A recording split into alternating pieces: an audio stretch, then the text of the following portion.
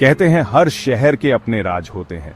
धीमे स्वर में सुनाई जाने वाली कहानियां, प्यार, बिछड़ने और कभी कभी डर की कहानियां।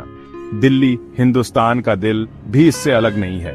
इसकी पुरानी गलियों में गुजरे जमाने की गूंज है। कुछ में रोमांस की फुसफुसाहट है, कुछ में बहादुरी की, और फिर कुछ ऐसी भी हैं जो अलौकिकता की बात करती हैं। ऐसी जगहें जहां हमारी दुनिया और दूसरी दुनिया के बीच का पर्दा पतला हो जाता है। जगहें जहां आत्माएं भटकती रहती हैं, दो दुनियाओं के बीच फंसी हुई। अपने बड़े बड़े बंगलों और चहल पहल वाले बाजारों वाला साउथ दिल्ली भी ऐसे ही राज छुपाए हुए है।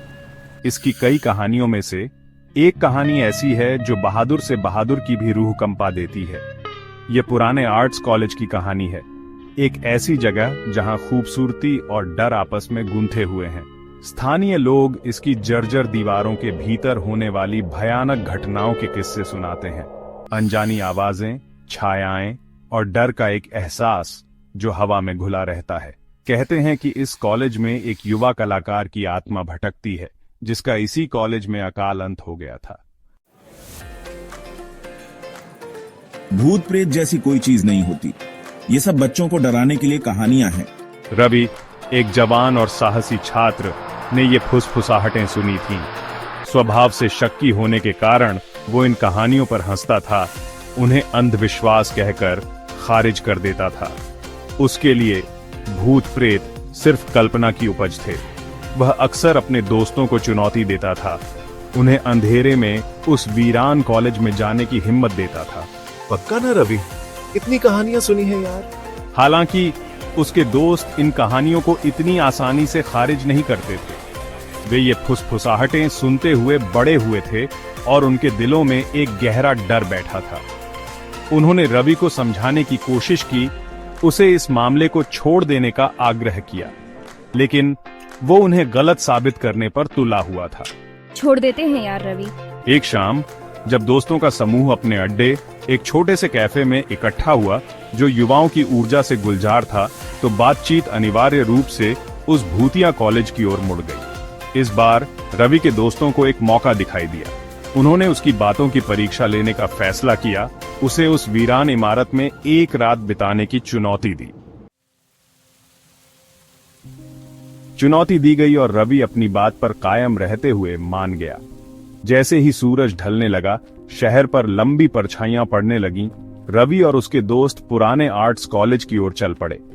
कभी भव्य रही ये इमारत अब खंडहर में तब्दील हो चुकी थी। इसकी दीवारें टूट रही थीं, रंग उखड़ रहा था और हवा में उदासी छाई हुई थी। लोहे के गेट जंग लगे और चरमराते हुए, विरोध में कराहते हुए से लग रहे थे। जैसे ही उन्होंने उन्हें धकेला, अंदर की हवा सड़ांध की गंध से भरी थी और सन्नाटा बहरा कर देने वाला था। सिर्फ उनके अपने कदमों की आवाज से ही टूटता था। यार डर लग रहा है। वे अंदर कदम रखा।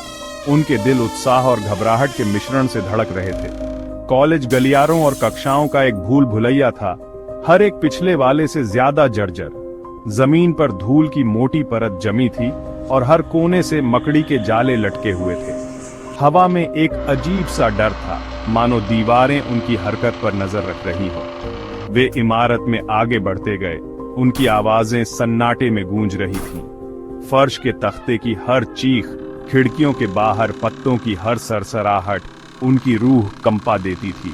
जैसे ही वे इमारत के अंदरूनी हिस्से में गए, वे ऑडिटोरियम में पहुंच गए।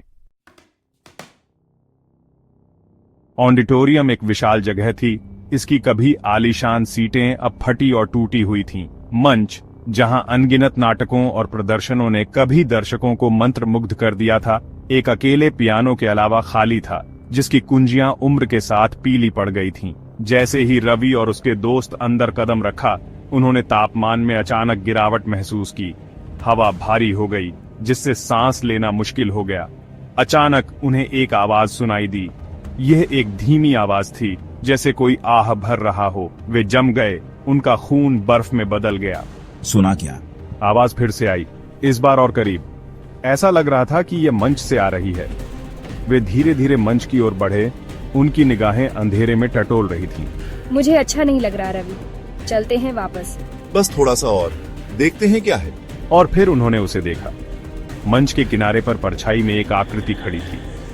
ये लंबी और पतली थी और एक सफेद कपड़े में लिपटी हुई लग रही थी। वे डर के मारे देखते रहे। जैसे ही आकृति उनकी ओर मुड़ी, उसका चेहरा परछाई में छिपा हुआ था। हे भगवान, ये क्या है? एक खून जमा देने वाली चीख सन्नाटे को चीरती हुई निकली। रवि के दोस्तों में से एक अब और न देख पाने के कारण डर के मारे चिल्ला उठा। मंच पर आकृति तुरंत गायब हो गई, लेकिन चीख ऑडिटोरियम में गूंजती रही, दीवारों से टकराकर उनके डर को और बढ़ा रही थी। हवा और ठंडी हो गई और दोस्तों को पता था कि उन्हें वहां से तुरंत निकलना होगा।